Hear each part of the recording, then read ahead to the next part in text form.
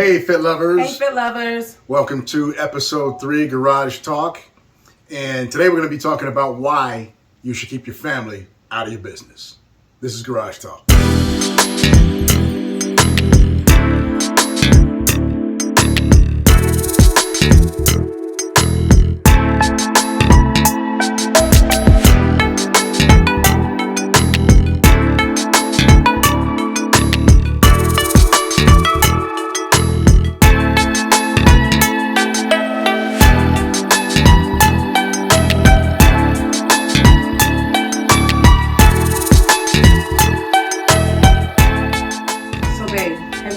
Experience where you got into an argument or a disagreement with your significant other and you told your parent or a family member, and how did it go for you? Yeah, that happened to me when I was younger. I was in a relationship and we would always be going back and forth and whatnot, and I would always run and tell my folks what was happening.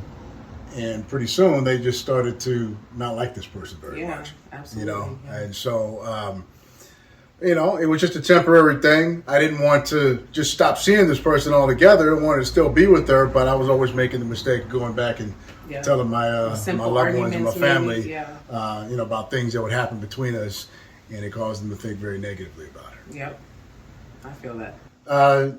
So that said, I think that generally speaking, you really shouldn't open your mouth about what's going on in your relationship with your family, your parents, whomever. Little small arguments or even big arguments for that matter. I think that there can be consequences to your relationship, and a healthy relationship, obviously, Absolutely, telling your family everything about what's going on. Your relationship is a little different. I know coming from an abusive relationship is, maybe you should probably tell somebody. Absolutely. If it's a toxic or an abusive relationship, then it's super important that you do reach out to your friends or your parents, because that's a really dangerous situation, and in those situations, you tend to want to keep it to yourself. And that's super unhealthy. So, yes, absolutely, it's not okay to speak to your parents or your family members or your friends and run to them and let them know everything that's going on in your relationship, because they're not in your relationship, and it's coming from one side. What are a few, alternatives, because, sometimes people feel like they need to get stuff off their chest, right? I'm sure many of you guys do. So what's some alternatives to, as to just immediately run into the family, or, run and telling your parents or whatever the case may be, running telling friends for that matter even? Well, for me, what I learned getting older and dealing with a real man like you, that sometimes as women, we get a little emotional and we want to talk when there's a problem. And for you, you like space. And that's what's important.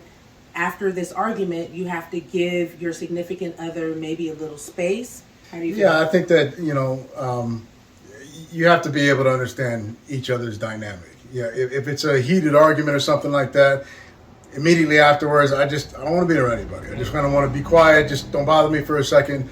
However, I also understand her need for us to talk about it. And it's a good need. You need to talk about these things. Communication is very important in a relationship. So at some point you have to talk about these things. Yes, you do. But I think that it's incumbent upon the two of us to be able to recognize when, hey, we need to take a pause for a second, have a cool off period or something, go our separate ways for an hour or a couple hours, whatever the case may be, and then come back when things are kind of heated, less heated, and be able to talk about it then.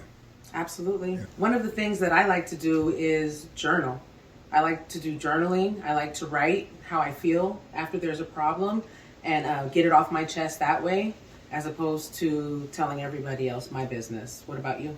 One thing that I have found that does work pretty well is, if you are feeling discontent about something, it's not a bad idea to write your significant other a letter.